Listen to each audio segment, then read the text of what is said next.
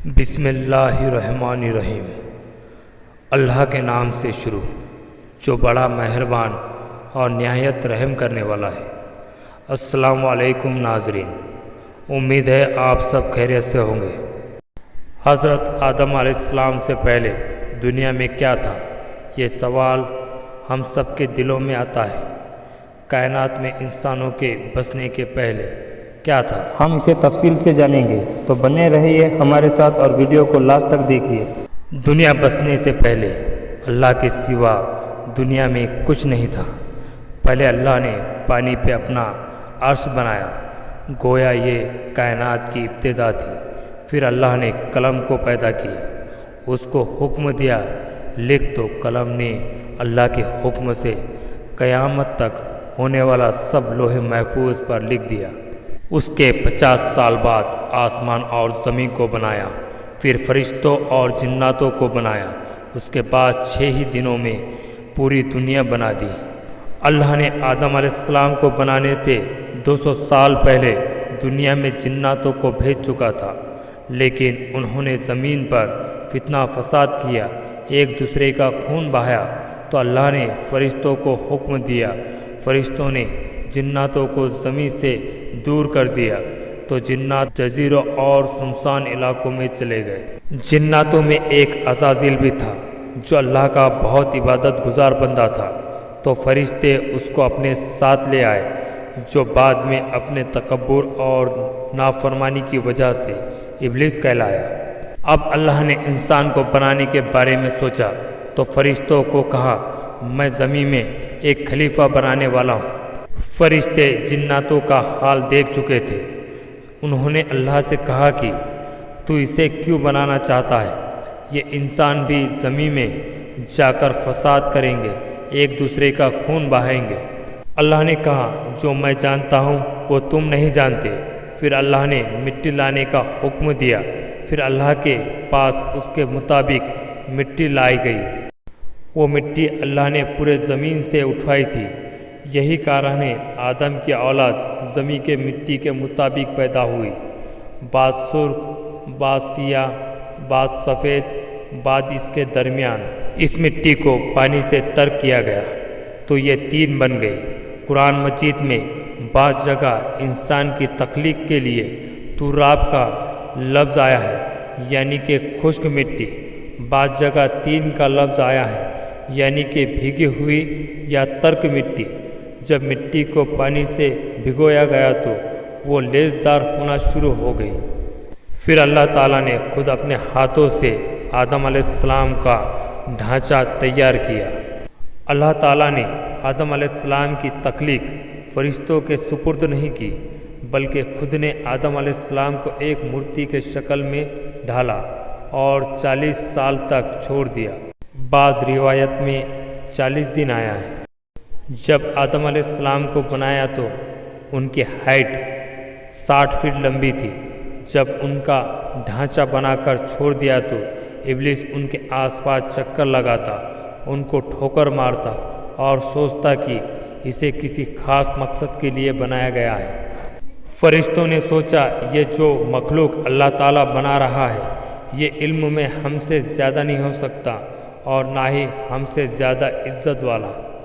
اللہ تعالیٰ تو سب کے دلوں کے حال جانتا ہے۔ اللہ نے حکم دیا، جیسے ہی میں آدم علیہ السلام میں روح پھونکوں تو تم سب سجدہ کرنا۔ یہ سجدہ تعظیم تھا۔ اس سجدے کا حکم اللہ تعالیٰ نے اس لیے دیا کہ سب کو پتہ چل جائے کہ یہ جو انسان ہے اس کا عہدہ فرشتوں اور جنوں سے اوپر ہوں گے۔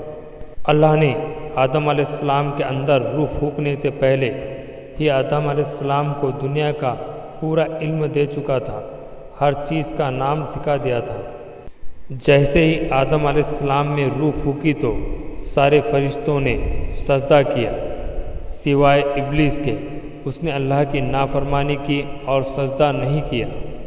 جب روح پھونکی تو آدم علیہ السلام کو چھینک آئی تو فرشتوں نے کہا، الحمدللہ کہیے، تو آدم علیہ السلام نے الحمدللہ کہا۔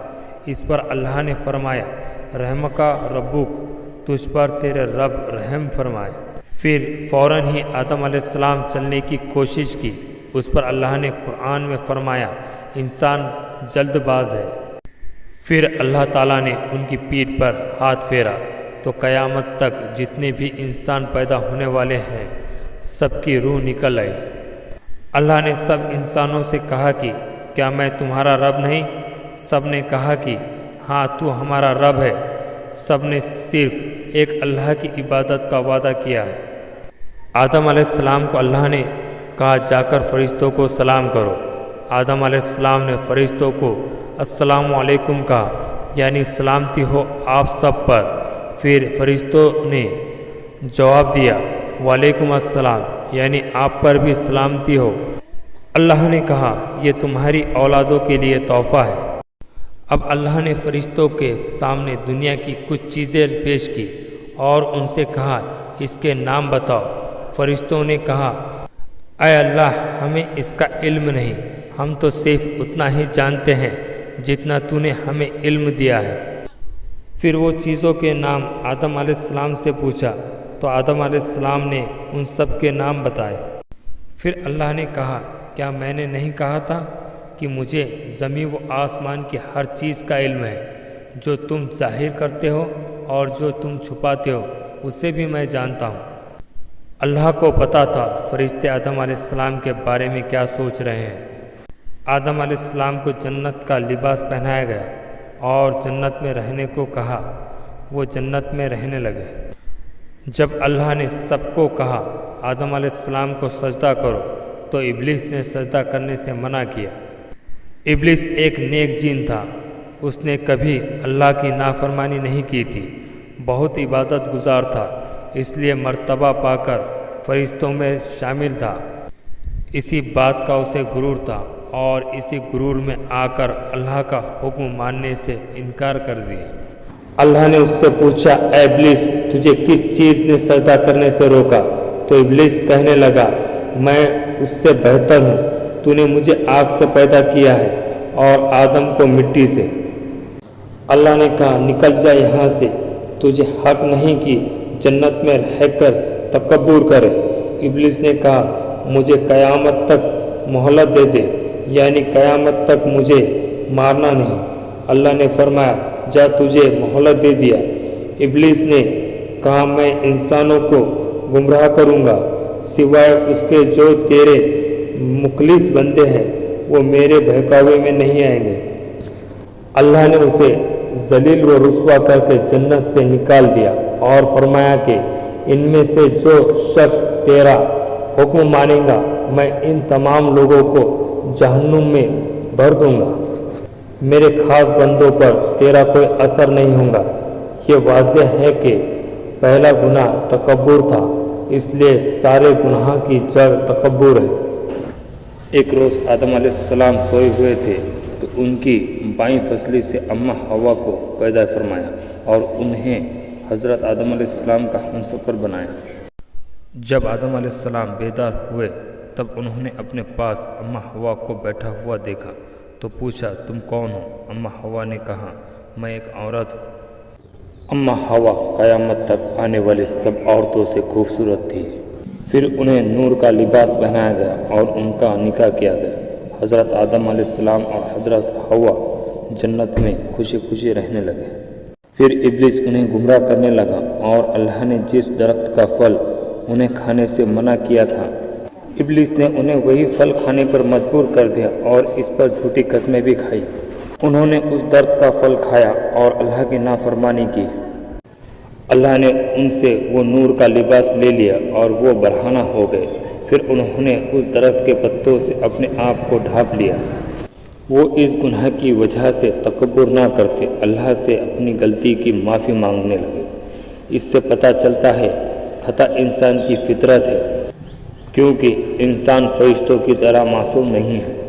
پھر اللہ نے انہیں جنت سے نکل جانے کا حکم دیا۔ وہ دونوں زمین پر اترے اور ان کے ساتھ ہی ابلیس زمین پر اترا۔ حضرت آدم علیہ السلام اور حضرت حوا نے اللہ سے معافی کے کلمات سیکھے۔ ایک روایت میں ہے حضرت آدم علیہ السلام کو ہند میں اور حضرت حوا کو جدہ میں اتارا گیا۔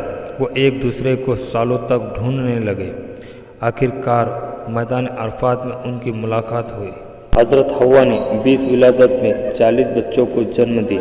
ہر ولادت میں ایک لڑکا اور ایک لڑکی پیدا ہوتی۔ سب سے پہلا جوڑا قابل اور ان کی بہن کامیم کا تھا۔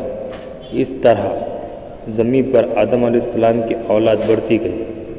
آج کی ویڈیو کا یہیں پر اختتام ہوتا ہے۔ ویڈیو اچھا لگا تو چینل کو لائک، شیئر اور سبسکرائب کرنا نہ بھولیں۔ ملتے ہیں اپنے نیکسٹ ویڈیو کے ساتھ، جب تک کے لیے اللہ حافظ۔